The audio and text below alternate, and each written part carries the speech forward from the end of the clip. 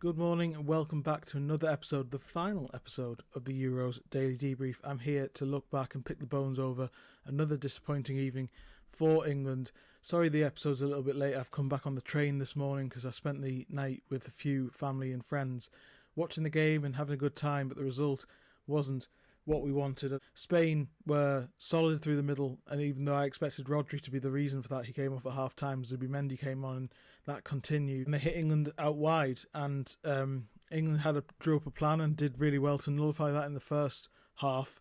Second half started, Nico Williams scores the opening goal because of the issue that I had with a back three, and the defensive midfield would be caught between who was marking the wingers, and there'd be space for them to hit. Lamine Yamal came through the middle of the pitch, found Nico Williams in space, and he finished it, and that's 1-0.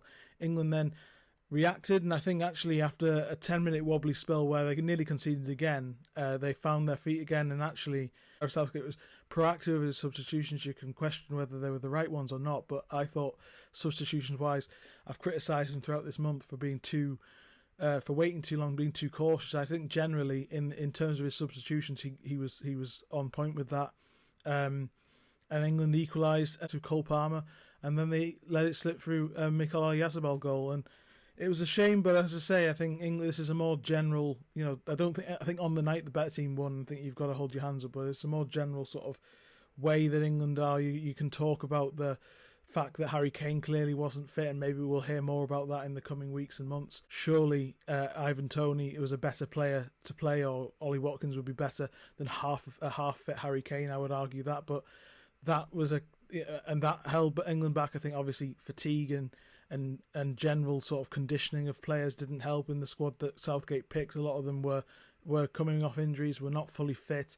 Think about Luke Shaw, Jude Bellingham, who was clearly fatigued, and Southgate has since spoken about nearly bringing him off yesterday because of cramp. Every single team's got the same amount of games that their players are playing, and Spain, it comes down to a belief system, I think, ultimately, and I think for me, this isn't a Gareth Southgate thing per se. I think it's an English thing to be quite cautious, and actually England fundamentally under Gareth Southgate, and particularly this era, have got so much attacking quality, but they tend to think more about their defensive structure and think more about nullifying their weaknesses than playing into their strengths, which is exactly the opposite of what Spain have done. As I mentioned on this channel before, back in 2007, Luis Aragonés was steadfastly against tiki-taka, watched his team train, David Silva, Xavi Hernandez, Andres Iniesta, Cesc Fabregas, and ripped up everything he knew about football and started again. He knew what he had in his squad, and that's, Gareth Southgate can do that with Bellingham, Foden, Saka and the like, and he can find a way to get the best out of those. Palmer as well. He hasn't done that. What he's done is he's hoped those players would find a moment to inspire the team and win the team a game, while he focuses more about the shortcomings that they have in defence, or perceived shortcomings they have in defence.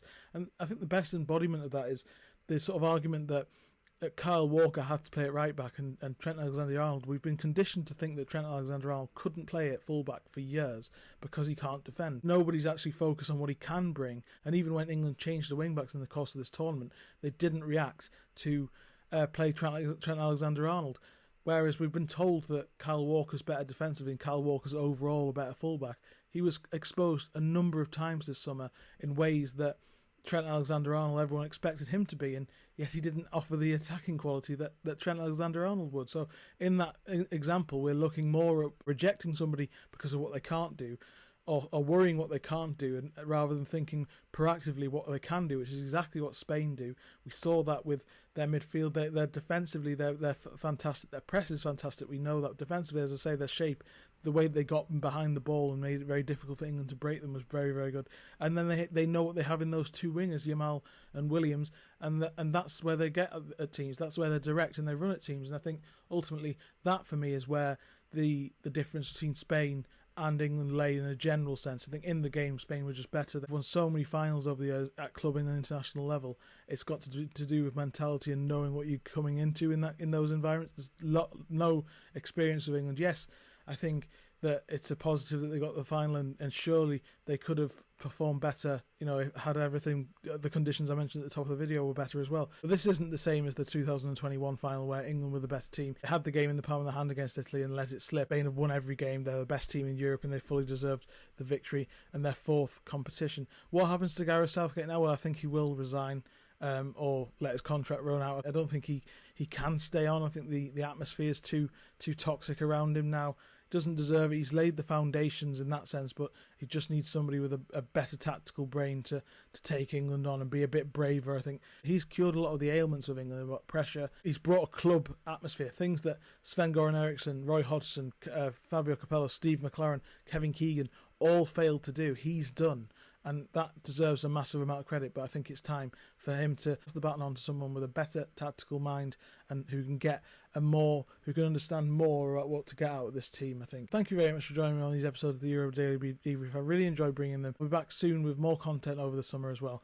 Please continue to like, share and subscribe, and I'll see you next time. Cheers.